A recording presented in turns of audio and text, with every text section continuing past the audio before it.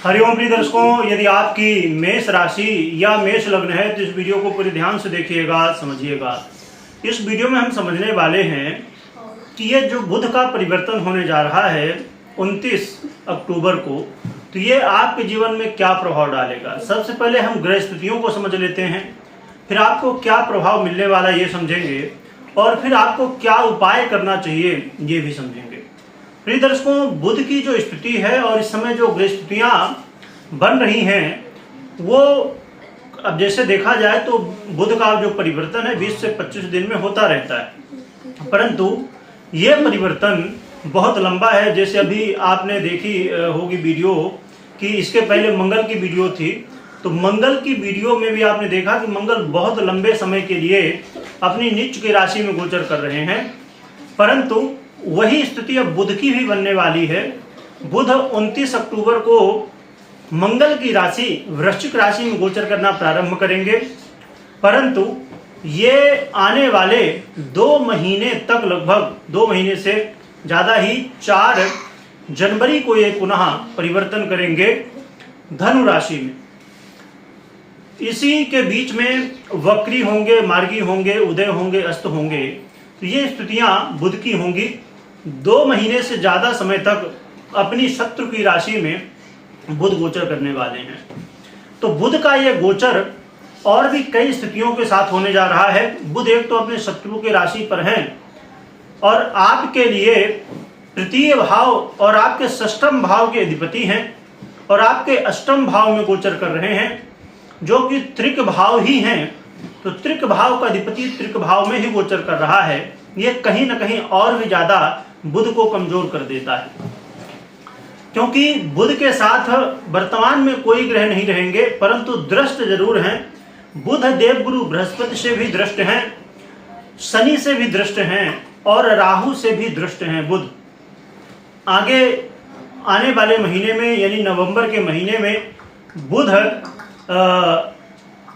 सूर्य के साथ भी युति करेंगे, जिससे और फिर शुक्र के साथ भी युति करेंगे, जिससे आने वाले समय में कई सारे योग बनेंगे। तो जब बुध वक्री मार्गी होंगे तो उसके विषय में हम समझेंगे, परंतु यदि बुध की अभी स्थिति देखी जाए तो ये क्या प्रभाव आपके जीवन में डालेंगे, इसको बहुत गहराई से समझने की आवश्यकता है। क्योंकि बुध बुद्धि के अधिपति हैं। चाहे आप विद्यार्थी हों, चाहे आप टीचर हों, चाहे जो भी ऐसे फील्ड हैं जहां पर वाणी का प्रयोग होता है, जहां बौद्धिक कार्य होते हैं, उन सभी लोगों के ऊपर बुध का बहुत प्रभाव होता है। शेयर मार्केट हो, व्यापार हो, इन सब क्षेत्रों के अधिपति बुध होते हैं। स्किन के भी आधिपत्य रखने वाले बुध होते हैं। तो इसलिए बुध की स्थिति को समझना बहुत जरूरी है। प्रिय दर्शकों, बुध आपके अष्टम भाव में गोचर करते हुए आप देखेंगे इस समय यात्रा करते समय आपको कई तरह की समस्याएं हो सकती हैं। तो चाहे आप छोटी यात्रा कर रहे हो या बड़ी यात्रा कर रहे हो, तो यात्रा करते समय आपको विशेष रूप से सावधान रहना चाहिए। यदि आप कोई रिसर्च वर्क कर रहे हैं या कोई भी काम रिसर्च वर्क आपका है या उससे जुड़ा हुआ कोई भी काम है, तो आपको थोड़ा सावधान हो जाना चाहिए, क्योंकि इस समय इसमें कहीं ना कहीं समस्याएं आ सकती हैं, असफलताएं हाथ लग सकती हैं। तो आपको इन बातों का ध्यान रखना चाहिए। साथ में यदि आप गुप्त धन प्राप्ति के लिए प्रयासरत हैं तो इस समय सावधान हो जाइए। इसमें आपका या तो भ्रमित आप हो जाएंगे या तो ये मिलेगा भी, तो ये कहीं ना कहीं नुकसानदायक सिद्ध होने वाला है, क्योंकि बुध बुद्धि के अधिपति हैं और अपने शत्रु के राशि में गोचर भी कर रहे हैं। शनि राहु जैसे ग्रह से दृष्ट हैं, जो कि देवगुरु बृहस्पति से भी दृष्ट हैं। ये अच्छी बात भी है, पर इनके शत्रु ही हैं, इसके वजह से थोड़ी समस्या भी है। परंतु यहाँ पर यह बात जरूर है कि आपको अचानक धन प्राप्ति की स्थिति भी देखने को मिलने वाली है। और घर परिवार से संबंधित यदि समस्याएं चल रही थी, वाद विवाद चल रहा था, तो उसमें अब कमी देखने को मिलेगी। वाणी से संबंधित आपको लाभ भी मिलेगा। वाणी से संबंधित कोई जैसे वकील है या कोई एडवाइस देने का काम करता है, तो इसका लाभ भी देखने को मिलने वाला है।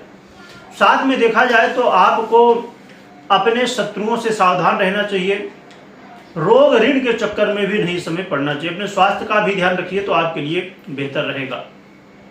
तो देखा जाए तो ये जो बुध का परिवर्तन है कहीं ना कहीं आपको लाभ भी दे रहा है। आप कोई परीक्षा में है, प्रतियोगिता में है, ऐसी जगह में आपने यदि भाग लिया है तो वहां पर आपको विजय प्राप्त होने की स्थिति बनेगी।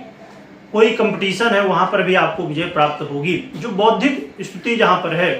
अब रही बात की शारीरिक स्थिति है, हर एक एग्जाम, हर एक इंटरव्यू, उसमें अलग अलग ग्रह अपना अपना आधिपत्य रखते हैं।